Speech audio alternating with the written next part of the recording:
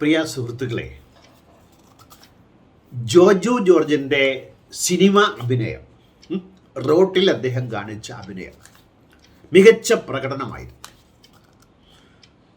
കേരളത്തിലാകെയുള്ള കോൺഗ്രസ്സുകാരെ ജോജു ജോർജിൻ്റെ ആരാധകരായി മാറ്റിക്കൊണ്ട്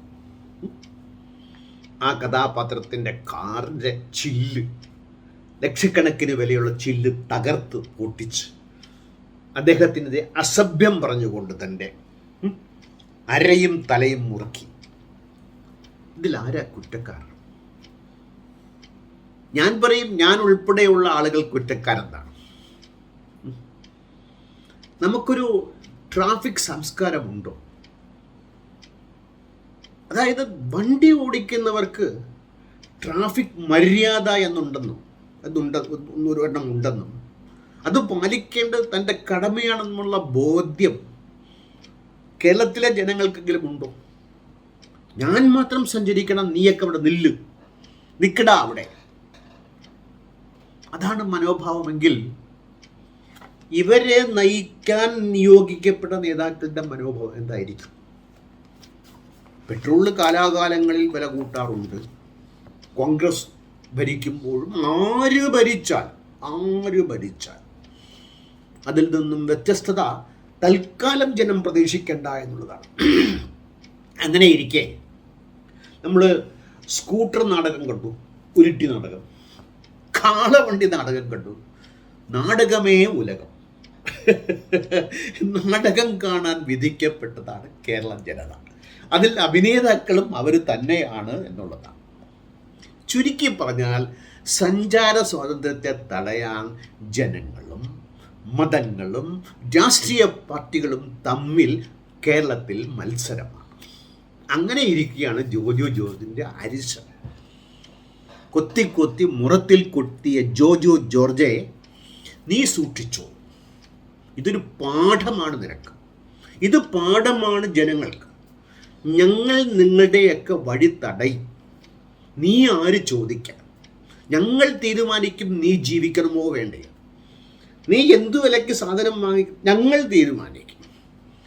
ഞങ്ങൾ അധികാരത്തിൽ ഇല്ലെങ്കിൽ അധികാരം കാണിക്കാൻ ഇത്തരം വഴികൾ ഞങ്ങൾ ഉപയോഗിക്കും. അത് ഒരു പാർട്ടിയെ ഞാൻ കുറ്റം പറയുകയല്ല, ഏത് പാർട്ടി, ഇന്ന് ഭരിക്കുന്ന പാർട്ടി ഉൾപ്പെടെയുള്ള പാർട്ടികൾ അങ്ങനെ ഒരു ഒരു നല്ലത് ജനങ്ങൾക്ക് കിട്ടിയിട്ടുണ്ട്. വ്യത്യസ്തതയില്ലാതെ നമ്മുടെ സെക്രട്ടേറിയറ്റിന് മുമ്പിലോ ക്ലിഫ് ഹൗസിന് മുമ്പിലോ സമരം നടന്നപ്പോൾ ഒരു ബഹുമാനപ്പെട്ട കുലസ്ത്രീ വന്നിട്ട് കയറി സംസാരിച്ചു. വഴി മാറിനടാ, നിൽക്കടാ അവിടെ. അതാണ് അവർ പറഞ്ഞത്, വഴി മാറിനടാ. അവർ ശ്രീകണ്ഠൻ നായർ നയിക്കുന്ന ഒരു ഷോയ്ക്ക്, ശ്രീകണ്ഠൻ നായർ ഷോ, അതിലെ സ്ഥിരം ഒരു അഭിനേതാവായിരുന്നല്ലോ ഞാൻ. അവിടെ വെച്ച് കണ്ടു. ഞാൻ അവരോടൊന്ന് ചോദിച്ചു, നിങ്ങൾ ട്രിവാൻഡ്രത്താണ് താമസിക്കുന്നത്, പൊങ്കാലയ്ക്ക് പോകാറുണ്ടോ? ഉണ്ട്. അതായത് റോഡിൽ ക്ലിഫ് ഹൗസ് ഉപരോധിച്ചപ്പോൾ മരട എന്ന് പറഞ്ഞ നിങ്ങൾ വഴി തടഞ്ഞുകൊണ്ട് തന്നെ. അവർക്കിത് ഇഷ്ടപ്പെട്ടില്ല. എന്നോട് വല്ലാണ്ട് കയർത്തു. ശ്രീകണ്ഠൻ നായരെ സ്വാധീനിച്ചുകൊണ്ട് ആ ചോദ്യവും ഉത്തരവും കാണിച്ചില്ല. ഇതാണ് ജനമെന്ന് പറയുമ്പോൾ ഇനി നമ്മൾ മനസ്സിലാക്കേണ്ട ഒരു കാര്യം, ഈ ജോജു ജോർജ് പറയുന്നത് ക്യാൻസർ രോഗി ഉണ്ടായിരുന്നു, ഒരുപാട് സമയം കിടക്കേണ്ടി വന്നു, ആട്ടോലിരിക്കുന്ന ആളുകൾ വിയർത്തോലിക്കുന്നു, ഇതൊന്നുമില്ലെന്ന് വെച്ചോളൂ. ഇതൊന്നുമല്ല. ജോജു ജോർജിൻ്റെ സഞ്ചാര സ്വാതന്ത്ര്യം തടയപ്പെട്ടു തന്നെ വയ്ക്കുക എങ്കിൽ അയാൾ കുറ്റക്കാരനാകും. അതെങ്ങനെ കുറ്റക്കാരനാകും?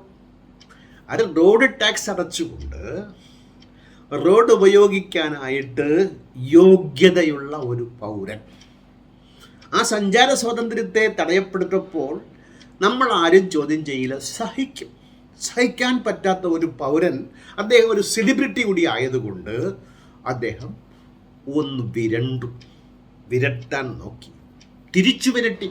ഗുണ്ടയെ വിരട്ടാൻ പറ്റുമോ? ആരാ ഗുണ്ട? പക്ഷേ നമ്മളോട് കാണേണ്ട ഒരു കാര്യം, അതായത് നമ്മൾ കണ്ട കാര്യമാണ്. ഞാൻ കണ്ടത് ഞാൻ പറയുന്നു എന്ന രീതിയിൽ ജോജു ജോർജ് പ്രതികരിച്ചു. ന്യായമായ കാരണമായിരുന്നു.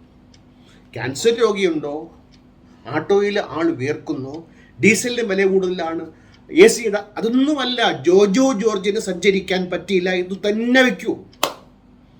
എന്താ തെറ്റതിൽ? എങ്ങനെ അയാളെ കുറ്റം പറയും? പക്ഷേ ഇന്ത്യ മഹാരാജ്യത്തെ ഭരിക്കാൻ കച്ചുകെട്ടി നിൽക്കുന്ന രാഷ്ട്രീയ പാർട്ടി എന്താ ചെയ്തത് ജോജു ജോർജിനോട്? ഇവൻ തനി കുടിയനാണ്. കുടിച്ചുകൊണ്ടുവന്ന് ബഹളം വെച്ചു.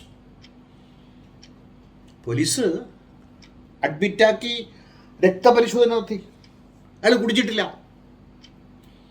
മാന്യമായി അയാളോട് ഇത്തരം ആരോപണത്തിന് മാപ്പ് പറയണം. ഇല്ല, അങ്ങനെ ഒരു ദുശ്ശീലം ഞങ്ങൾക്കില്ല. ഒരു രാഷ്ട്രീയ പാർട്ടിക്കും ഇല്ല. രണ്ടാമത്തെ ആരോപണം വന്നു. ഒരു വനിതാ നേതാവ് അമ്മ അവർ വന്നിങ്ങനെ കയർന്ന് സംസാരിക്കുകയാണ്. മറ്റൊരു കുലയമ്മ, കുലസ്ത്രീ വന്ന് പറയും, കയറി പിടിച്ചു എന്ന് പറഞ്ഞു.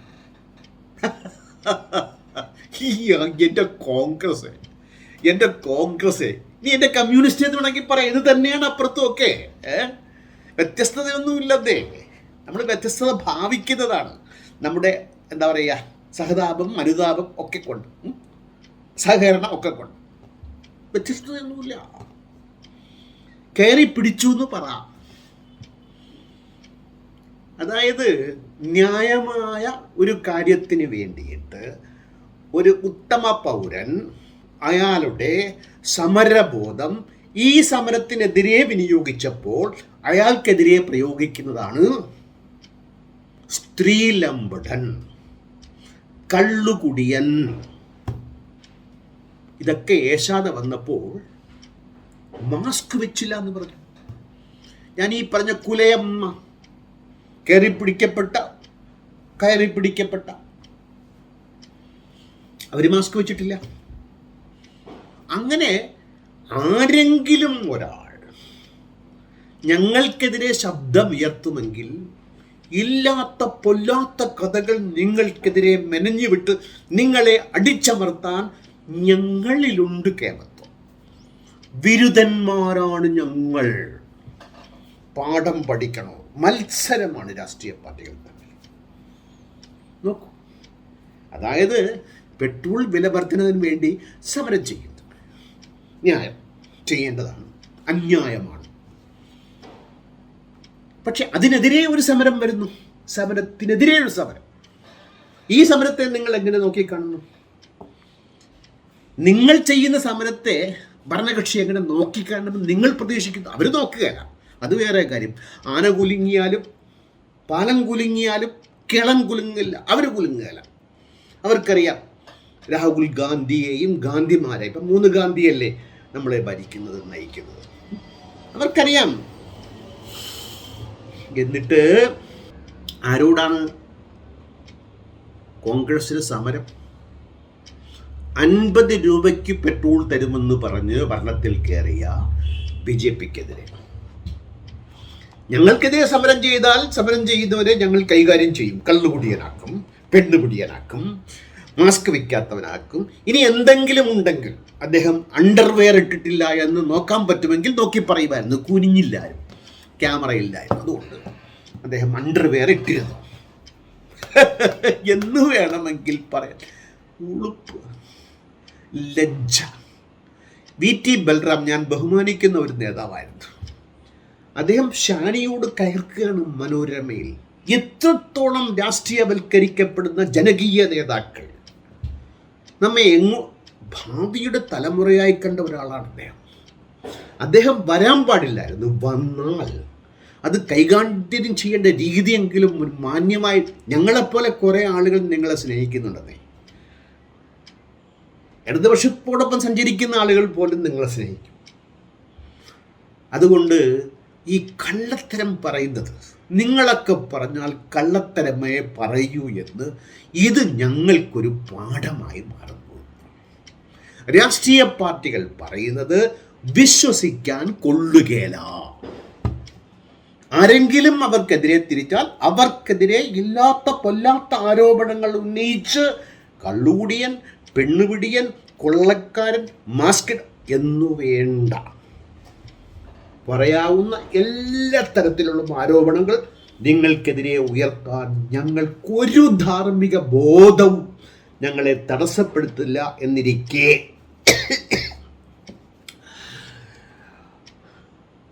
എറണാകുളം ഭാരവാഹിയാണ്,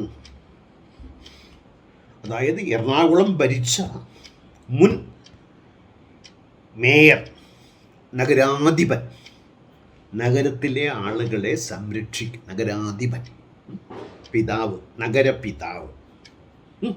പിതാവ് എന്ത് ചെയ്തു? പുത്രൻ്റെ കാറ് തല്ലിത്തകർത്തു, അദ്ദേഹത്തിൻ്റെ കൈ മുറിഞ്ഞു എന്നാണ് പറയപ്പെടുന്നത്. പിതാവിനതൊന്നും ഒരു പ്രശ്നമല്ല. പിതാക്കന്മാർ അങ്ങനെയാണല്ലോ. പിതാവ് പലതും ചെയ്യും, തകർക്കും. ഫ്രണ്ട് ഞങ്ങൾ തകർത്തില്ലല്ലോ, പുറമേയുള്ള കണ്ണാടികളിലേ ഞങ്ങൾ എറിഞ്ഞുള്ളൂ, ഫ്രണ്ടിൽ ആളിരിക്കുകയായിരുന്നു, അതുകൊണ്ടാണ് പുറമേ. പിന്നെ ചില്ല് വീണുപോയി, അത് ചില്ലിൻ്റെ കുറ്റം, ഞങ്ങളുടെ അല്ല കുറ്റമെന്നുള്ളത്. ഈ കള്ളുകുടിയനല്ല, കയറി പിടിച്ചില്ല, മാസ്ക് നിങ്ങൾ ആരും വെച്ചില്ല എന്ന് മനസ്സിലാക്കിക്കൊണ്ട് അങ്ങനെയുള്ള റിപ്പോർട്ടും വിഷ്വൽസും വന്നതിന് ശേഷമെങ്കിലും ജോജു ജോർജിനോട് മാപ്പ് പറയാം. ജോജു ജോർജിനോടല്ല നിങ്ങൾ മാപ്പ് പറയേണ്ടത്. നിങ്ങൾക്കെതിരെ ഒരു നിങ്ങൾ സമരം ചെയ്യുന്നു, ഞാൻ അടിവരയിട്ട് പറയുകയാണ്. നിങ്ങൾക്കെതിരെ സമരം ചെയ്യുമ്പോൾ സമരമുഖം, സത്യഗ്രഹം, ഗാന്ധിജിയുടെ അവർക്കെതിരെയാണോ ഇതാണോ നിങ്ങളുടെ രീതി?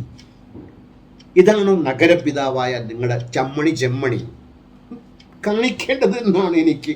ഇനി അവർ പറഞ്ഞു, ഞങ്ങൾ മുൻകൂട്ടി അനുവാദം വാങ്ങിച്ചുകൊണ്ടാണ് ഇത് നടത്തിയത്, ആളുകളൊക്കെ വഴിമാറി പൊയ്ക്കോളൂ. എനിക്കൊരു ചോദ്യം ചോദിക്കാനുള്ളത്, വഴിമാറി നിങ്ങൾക്ക് സത്യാഗ്രഹം ചെയ്താൽ എന്താ കുഴപ്പം? ഒരുപാട് സ്റ്റേഡിയം ഉണ്ടല്ലോ, അവിടെ പോയി കവറേജ് കിട്ടില്ല, ജനം കാണില്ല. ജനം വഴിയിൽ തടയപ്പെട്ട് വേർത്തൊലിച്ച് ക്യാൻസർ രോഗി ആശുപത്രിയിൽ പോകാതെ ജോജൂജർ നിക്കട അവിടെ. അതാണ് സമരം. ഇനി ജോജാണ് പെട്രോൾ വില കൂട്ടിയത് എനിക്കറിയില്ല കേട്ടോ. അയാൾക്ക് അങ്ങനെ ഇന്ത്യൻ പൗരന്മാർക്ക് പെട്രോളിന് വില കൂട്ടാനുള്ള അധികാരമുണ്ടോ എന്ന് പിന്നീട് ഭരണകൂടം പറഞ്ഞു, മുൻകൂർ അനുമതി വാങ്ങിയിട്ടില്ല. അതും വിശ്വസിക്കാൻ കൊള്ളാമോ എന്ന് ചോദിച്ചാൽ ഇവരാരും പറയുന്നത് വിശ്വാസത്തിൽ എടുക്കാൻ പറ്റാത്ത രീതിയിലാണ് ഇവരുടെ ചെയ്തുകളുടെ വിഷ്വൽസുകൾ നമ്മെ തുറിച്ചു നോക്കിക്കൊണ്ടിരിക്കുന്നത്. ഇത് പറയാതിരിക്കാനാവില്ലെന്നേ. ഇതിന് മാറ്റം വേണമെന്നതുകൊണ്ട് പറയുകയാണ്. മാറുമോ എന്നറിയില്ല, മാറിയില്ലെങ്കിൽ മാറും. മാറ്റുവിൻ ചട്ടങ്ങളെ, അല്ലെങ്കിൽ അതുകൾ നിങ്ങളെ മാറ്റുമെന്ന് പറയുന്നത് പോലെ ജോജു ജോർജുമാർ തെരുവിൽ മാസ്ക് ഇടാതെ, കള്ളു കുടിക്കാതെ, പെണ്ണു പിടിയന്മാരല്ല തന്നെ നിങ്ങൾക്കെതിരെ സമരമുഖത്ത് വരാൻ നിങ്ങളുടെ ചെയ്തികളെ അതിൻ്റെ എറണാകുളം മണ്ഡലം പ്രസിഡന്റോ ഇങ്ങോട്ടാ ഒരാൾ, സിയാസ്, ബഹുമാന്യനായ നേതാവാണ്, അദ്ദേഹം പറഞ്ഞു, ഈ ജോർജ് ഉണ്ടല്ലോ, അവൻ പറയുന്നതല്ല, ആ കാത്തു നിൽക്കുന്ന മനുഷ്യന്മാരൊക്കെ ഞങ്ങളോടൊപ്പമാണ്, എത്ര മണിക്കൂർ വേണമെങ്കിലും ഞങ്ങൾ നിൽക്കാം. ആര് പറഞ്ഞു ഇയാളോട്? ഏതെങ്കിലും കണക്കെടുപ്പ് നടന്നിട്ടുണ്ടോ? അതായത് തെരുവെന്ന് പറയുന്നത് മതക്കാർക്കും രാഷ്ട്രീയക്കാർക്കും വിനിയോഗിക്കാനുള്ളതല്ല. നിങ്ങൾക്ക് സമരം ചെയ്യണമെങ്കിൽ സമരം വേണ്ട എന്ന് ഞാൻ പറയുന്നില്ല. അതിന് ജനത്തെ ബുദ്ധിമുട്ടിക്കരുതെന്നേ ഉള്ളൂ. സഞ്ചാര സ്വാതന്ത്ര്യം, അത്യാവശ്യ വഴിമുടക്കൽ, അത് മഹാപാപമാണ്. അത് അനുവദനീയമല്ല എന്നുള്ളതാണ്. അതുകൊണ്ട് ഞാൻ ആഗ്രഹിക്കുന്നത് കോൺഗ്രസിനകത്ത് ജോർജുമാർ വരണം, ജനങ്ങളിൽ നിന്ന് ജോർജുമാർ പൊന്തി വരണം. എൻ്റെ പ്രിയ സുഹൃത്തെ ജോജു ജോർജ്, താങ്കൾക്ക് എൻ്റെ അഭിനന്ദനങ്ങൾ. അതോടൊപ്പം തന്നെ കോൺഗ്രസ് നന്നാകാനുള്ള ഒരു കാരണമായി ഇത് ഭവിക്കട്ടെ എന്ന്, പ്രത്യേകിച്ച് VT ബൽറാം. അദ്ദേഹം ഭാവിയിലെ ഒരു വാഗ്ദാനമായി കണക്കാക്കപ്പെടുന്ന ആളാണ്. ബൽറാം, നിങ്ങൾ ഇത്തരത്തിൽ അധംപതിക്കരുത് ദയവ് ചെയ്ത്. നിങ്ങൾ ഒരുപാട് നല്ല കാര്യങ്ങൾ പറയുന്ന ആളാണ്, നല്ല മനസ്സിൻ്റെ ഉടമയാണ്. കോൺഗ്രസ് നിങ്ങളെ ഇത്തരം കാര്യങ്ങൾക്ക് നിയോഗിച്ചാലും നിങ്ങൾ മാറി ചിന്തിക്കേണ്ടതുണ്ട്. നിങ്ങൾ ജോജു ജോർജായി മാറുക. VT Balram, you should be a Joju George. അനീതിക്കെതിരെ, മാർഗതടസ്സത്തിനെതിരെ പൊരുതുന്ന ഒരു ജോജു ജോർജായി കോൺഗ്രസിലെ VT ബലരാമന്മാർ മാറട്ടെ എന്ന് ആശംസിച്ചുകൊണ്ട് മറ്റൊരു അധ്യായത്തിൽ കാണുന്നത് വരെ നന്ദി, നമസ്കാരം, ഗുഡ് ബൈ.